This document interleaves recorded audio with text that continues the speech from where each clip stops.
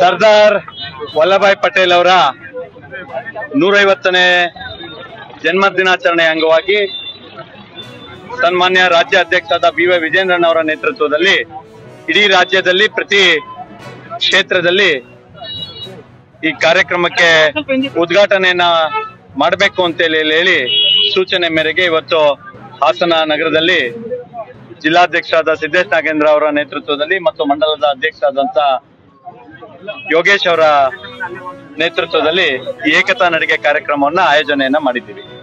ಸುಮಾರು 565ಕ್ಕೂ ಹೆಚ್ಚು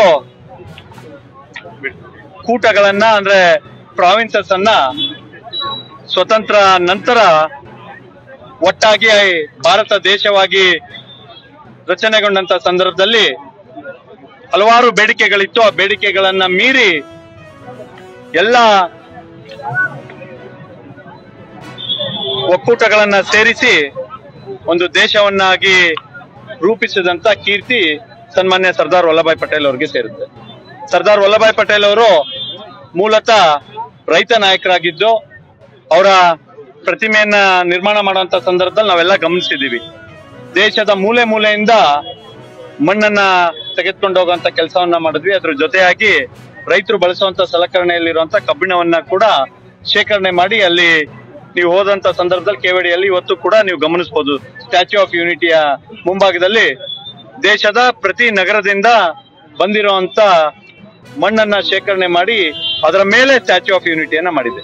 ಅಂದ್ರೆ ಸರ್ದಾರ್ ವಲ್ಲಭಾಯ್ ಪಟೇಲ್ ಅವರ ಏನು ಒಂದು ಕೊಡುಗೆ ಇದೆ ದೇಶಕ್ಕೆ, ಅದು ಇವತ್ತಿನ ಯುವ ಜನತೆಗೆ ತಲುಪುವಂತ ಆಗ್ಬೇಕು ಅಂತ ಹೇಳಿದ್ರೆ ಅವರ ಜನ್ಮ ದಿನಾಚರಣೆಯನ್ನ ಸಾರ್ಥಕತೆಯಿಂದ ಮಾಡಬೇಕು ಅಂತ ಹೇಳಿ ಸನ್ಮಾನ್ಯ ನರೇಂದ್ರ ಮೋದಿ ಅವರ ಕಲ್ಪನೆಯ ಮೇರೆಗೆ ಇವತ್ತು ಈ ಕಾರ್ಯಕ್ರಮವನ್ನ ಆಯೋಜನೆಯನ್ನ ಮಾಡಿದ್ದೀವಿ.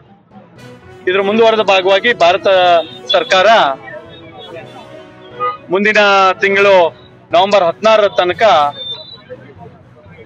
ಪ್ರತಿ ಲೋಕಸಭಾ ಕ್ಷೇತ್ರದಲ್ಲಿ 3 ಕಡೆ ಕನಿಷ್ಠ 8 ಕಿಲೋಮೀಟರ್ನ ಒಂದು ಏಕತಾ ನಡಿಗೆಯನ್ನ ಆಯೋಜನೆ ಮಾಡಿದೆ. ಅದು ಸರ್ಕಾರದ ಕಾರ್ಯಕ್ರಮ ಆಗಿರುತ್ತೆ. ಯಾವುದೇ ಪಾರ್ಟಿಯ ಬ್ಯಾನರ್ ಅಡಿ ನಡೆಯೋದಿಲ್ಲ. ಇವತ್ತು ಭಾರತೀಯ ಜನತಾ ಪಾರ್ಟಿಯ ನೇತೃತ್ವದಲ್ಲಿ ನಡೆದಿದೆ. ಆದ್ರೆ ಆ ಏಕತಾ ನಡಿಗೆ 3 ಏಕತಾ ನಡಿಗೆ ಜಿಲ್ಲಾಧ್ಯಕ್ಷರು ತೀರ್ಮಾನ ಮಾಡಿದ್ದಾರೆ. ನಮ್ಮ ಲೋಕಸಭಾ ಕ್ಷೇತ್ರ ವ್ಯಾಪ್ತಿಯಲ್ಲಿ ಬರುವಂತ ಕಡೂರನ್ನು ಒಳಗೊಂಡಂತೆ ಹಾಸನ ಮತ್ತು ಸಕಲೇಶಪುರ 3 ಭಾಗದಲ್ಲಿ ನಡೆಸಬೇಕು ಅಂತ ಹೇಳಿ ತೀರ್ಮಾನ ಮಾಡಿದ್ದಾರೆ.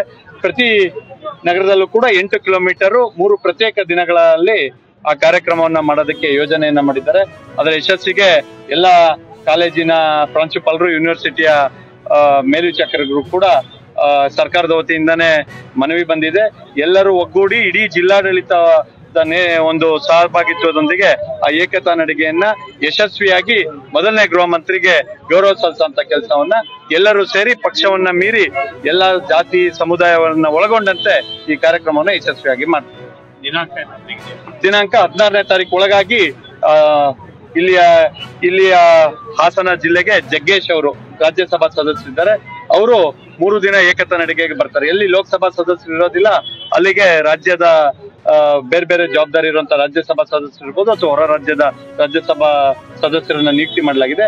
ಹಾಸನ ಲೋಕಸಭಾ ಕ್ಷೇತ್ರಕ್ಕೆ ಸನ್ಮಾನ್ಯ ಜಗ್ಗೇಶ್ ಅವರು ಖ್ಯಾತ ಚಲನಚಿತ್ರ ನಟರು ಹಾಗೂ ರಾಜ್ಯಸಭಾ ಸದಸ್ಯರು, ಭಾರತೀಯ ಜನತಾ ಪಾರ್ಟಿಯ ನಾಯಕರು, ಅವರು ಬರ್ತಾರೆ. ರಾಜ್ಯ ಸೂಚನೆಯಂತೆ ಜಿಲ್ಲಾಧ್ಯಕ್ಷರು ಮತ್ತೆ ಅವರು ಚರ್ಚೆ ಮಾಡಿ ದಿನಾಂಕವನ್ನ ನಿಮ್ಮೆಲ್ಲರಿಗೂ ತಿಳಿಸುವಂತ ಕೆಲಸವನ್ನು ಮಾಡ್ತಾರೆ.